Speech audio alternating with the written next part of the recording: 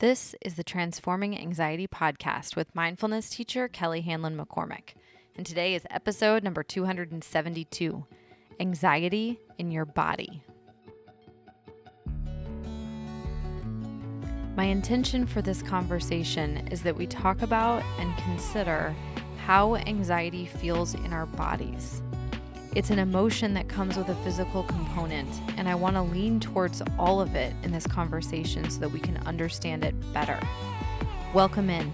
It's the Transforming Anxiety podcast, episode number 272, Anxiety in Your Body. I'm so glad you're here. Hey there. Welcome in today. Okay, so it feels like we're really into things now. School doesn't feel new anymore. Feels like we're really into the year. Halloween decorations and Halloween candy and all the costumes are out. And it doesn't feel totally weird, right? It's starting to actually feel seasonally appropriate. My kids have already been to the Halloween store once. They'll go like 5 times this season. It's starting to just, it's all happening. The masks, the fake blood, the crazy stuff. Yep. And I am fully into things here. Listen, class starts next week. Be mindful, not anxious. The 6-week mindfulness class so that we can feel better this fall. That is starting Monday, September 16th. So be sure to visit kellyhanlonmccormick.com/be mindful, not anxious. All one word scrunched together. Be mindful, not anxious. To find out more, get signed up for that. There's a link in the show notes as well. I have some other news. This is good fun too. I have some really great author interviews lined up for the next few months to be bringing on the podcast for you here. Psychologists, New York Times bestsellers.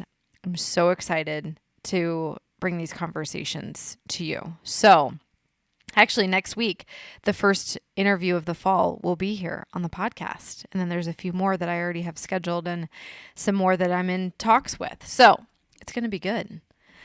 All right, let's get into this today. Anxiety in your body. You remember those commercials in the 90s? I think it was the early 90s that showed like an egg in a frying pan sizzling away. Like this is your brain on drugs. If you're too young for that, then... It was like this public service announcement trying to give a really solid visual of how drugs fry your brains. And I guess now that I'm saying it, this is kind of a terrible intro and a weird analogy, but I want to do a much softer and a much kinder way in today in talking about what it is like to have your body on anxiety. Brain on drugs was the PSA. Body on anxiety is what we're going to do here today. See what I mean? Okay, we'll just move on from that. I don't think that landed where I thought it would go. Anyway, the point is I want to explore what anxiety in your body looks like, feels like, and is like. We could have many conversations about this. I'm taking one angle today. And per usual, this is one of those things where you have to try it on and see what fits. Chuck the rest. Some of this you may really resonate with, really relate to. You may feel it and get it. It's like a full yes. Some of it you may never have experienced or thought of or heard of, and that's okay. So first, let's talk about a definition for anxiety. This is kind of tricky as it turns out. Most of the dictionary definitions or things that you can find online when you Google it, those things work well enough, I have found. The dictionary says that anxiety is a feeling of worry, nervousness, or unease, typically about an imminent event or something with an uncertain outcome. And listen, that tracks, right? Sure. Definitions usually contain an element of fear, an element of future-focused thinking, and a level of uncertainty or a lack of control. And I think we can mostly relate to that. It feels about right. But when you really think about anxiety and are seeking to fully understand it, we need more than a textbook definition. We need something that also integrates experience and what it's like to feel anxiety, what it's like to have some context around anxiety, to live with anxiety as maybe a somewhat constant companion, a way of understanding it past an intellectual understanding of the word and how it could be used like in a sentence, right? So this is where we start pulling in ideas of feeling dysregulated, of having our nervous or our stress response activated, whether that's out of necessity or completely disproportionately. This is where we start considering motivations and energy and wiring. Anxiety is also very future focused, right? You live in a body that is only ever here in the present moment. Your mind can time travel back to the past and remember things. It can replay situations and conversations and memories on that internal movie screen in your mind, right? And anxiety is an emotion that forces your mind into the future where you try to anticipate and plan and, let's be honest, control the events and conversations and situations that aren't here yet. So, see, we start to put together a picture of anxiety, like a more complete understanding of the experience of anxiety, not just making it synonymous with fear or dread or uncertainty about the future. That's too simplistic for what we're up to, for what we need here. Anxiety can feel overwhelming for sure. It can flood us with discomfort, with physical symptoms, and it seems like anxiety-inducing thoughts breed more anxiety-inducing thoughts, and more anxiety. It's just like a rabbit's den where anxiety catches, right? It has a lot of energy to it. This is actually one of the gifts of anxiety, if we can see it that way, is that there is a lot of energy behind it. So if channeled the right way, anxiety can be a motivating and momentum building force. I know I personally have gotten a lot of deep cleaning and long walks and work done because anxiety has mobilized me to keep moving and to get things done. Now, that said, it can also be really destabilizing because there can be a strong sense of negativity and almost pain associated with it. So, energizing, yes, but also that energy doesn't always feel like the best energy, right? The kind that's easily harnessed and funneled towards good. So sometimes we can wind up using that energy for evil instead of for good. I mean, not really evil, but I'm talking about where we can spin out or we obsess or we ruminate. We use that energy towards an unhealthy coping mechanism, or we splay that energy all over the place in an effort to just feel better. And when we're in it, it can be really tricky to reframe the anxiety as something we could use and put towards something purposeful or inspiring, or even simply restful or good.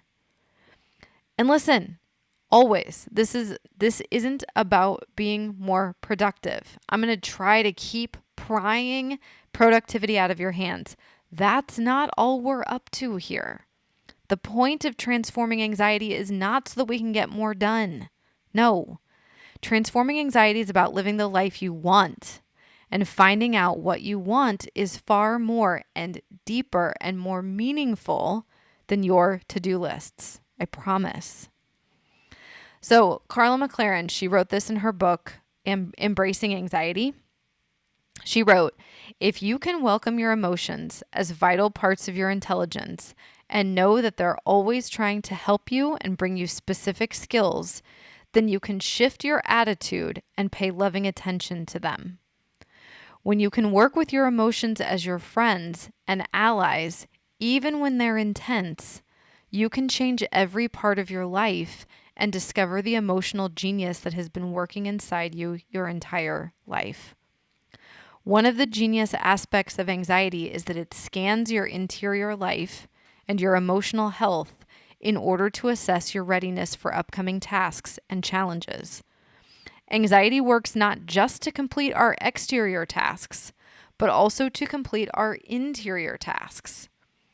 We begin to see that anxiety helps us attend to the depression we're ignoring, to feel the sadness or grief we push aside, work with the traumatic memories that affect our current decisions, or make amends for something we've done wrong, and so forth. This may be one of the reasons that anxiety is mistaken for panic and other emotions. Our anxiety may be focusing our attention on suppressed emotions or painful experiences because allowing them to fester or be ignored is inefficient and will likely reduce our effectiveness in the future. Okay, that was a lot, but I love this idea of seeing how anxiety is working for us if we can work with it. One of the genius aspects of anxiety is that it scans your interior life and your emotional health in order to assess your readiness. Yes, there are genius aspects to this whole thing. It doesn't have to be a bad thing. We just need to view it and see it and use it in a way that is a gift, not a weapon against ourselves. So, along those lines, it can also be helpful to discern between what anxiety is and what anxiety is not. And one thing that anxiety is not is panic. These are two words that we like to use interchangeably, but they are not one and the same. And I get it, they're related, but they are not the same. And those of us who feel anxious and who sometimes panic, and for this conversation and to gain real understanding of anxiety, I think it's important to draw this line and get clear on what's what here. And listen, there are a few ways to suss this out. I'm not here to tell you I'm right about this.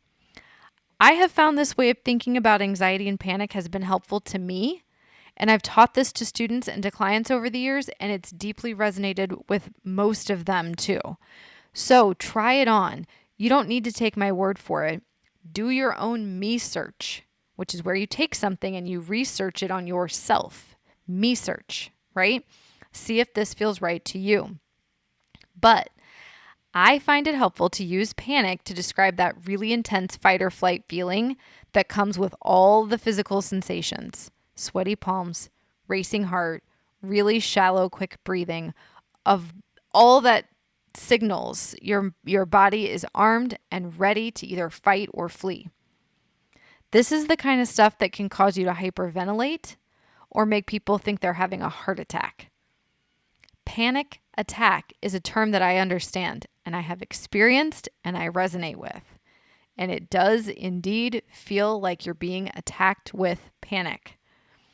That said, I also think panic is one of the most miraculous and ingenious features of the human body.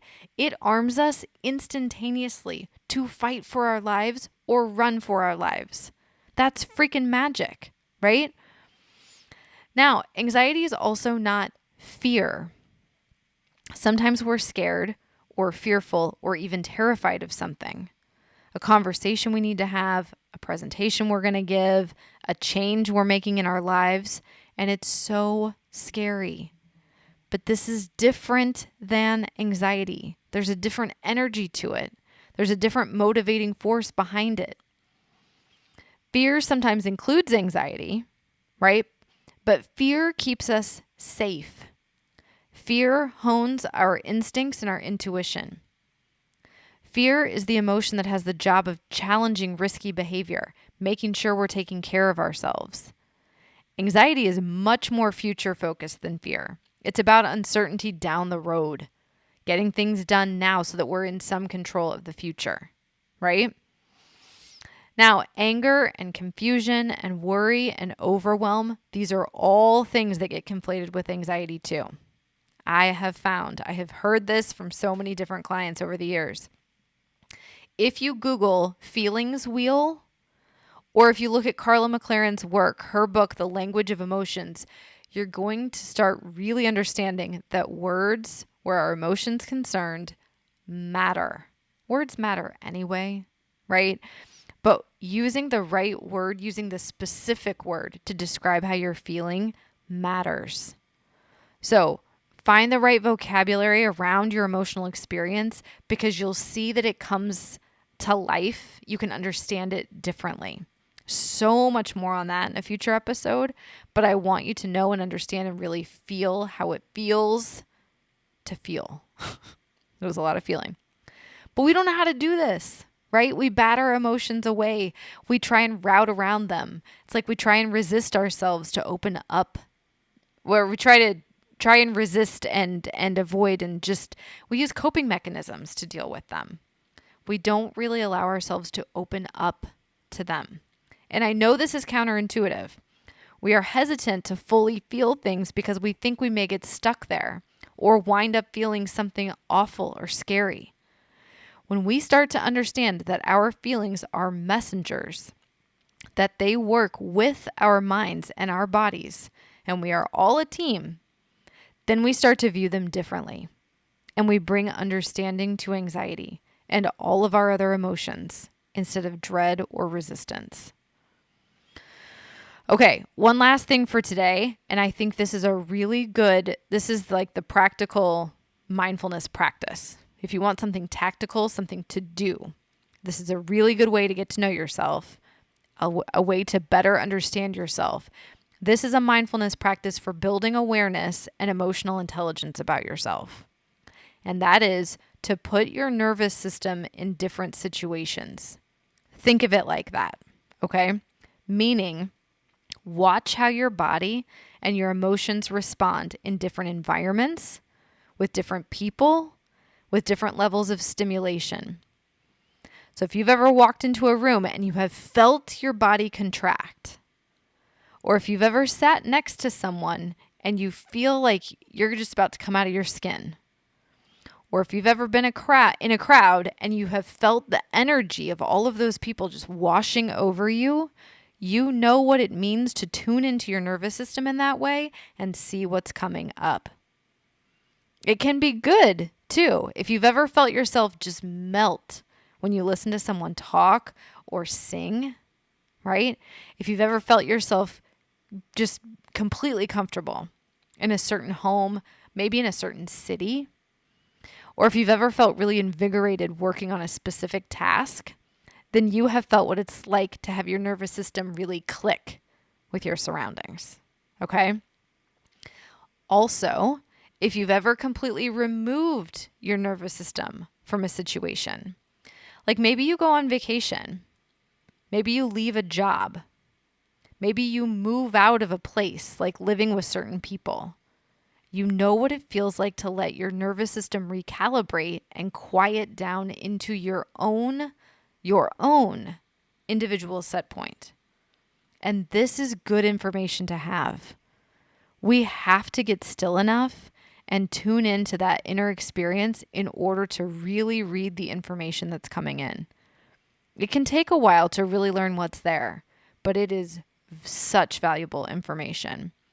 To watch your nervous system either come alive or shut down or light on fire or really be in flow.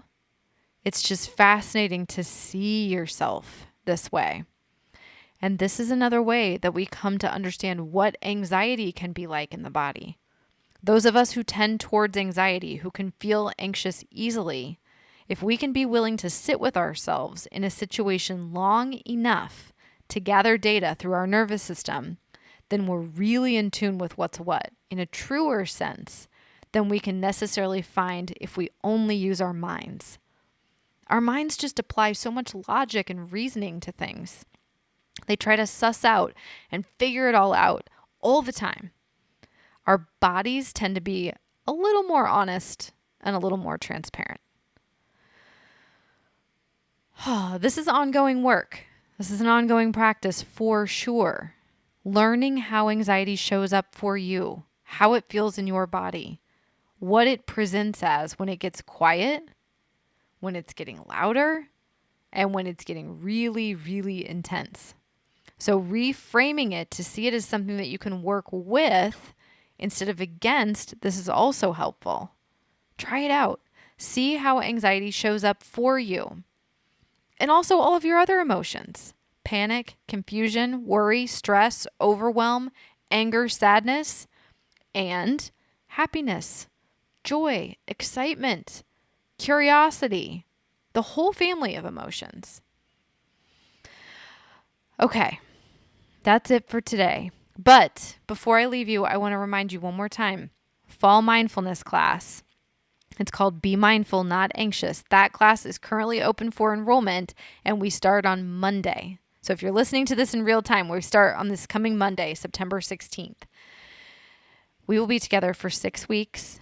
It's only $59 for the 6 weeks, and you're going to have practices. You're going to have meditations that you get to keep, downloadable, audio, video. You have all of it. You're going to have access to all of that forever.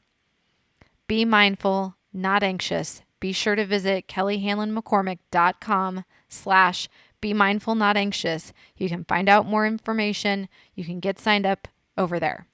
Because I would love to work more closely with you. I'd love to support you this fall, support you through that class. So I will see you next week, the same time, same place here for more Transforming Anxiety. And until then, please take care. Thank you so much for being here, for listening, for doing this work alongside me. Thank you for sharing this with your friends and your family, anyone who, could use the support and the guidance, who could use these teachings and practices. Thank you for sharing your stories with me, telling me about your experiences and asking your questions. I'm here with you. Let's do this together. Transforming Anxiety.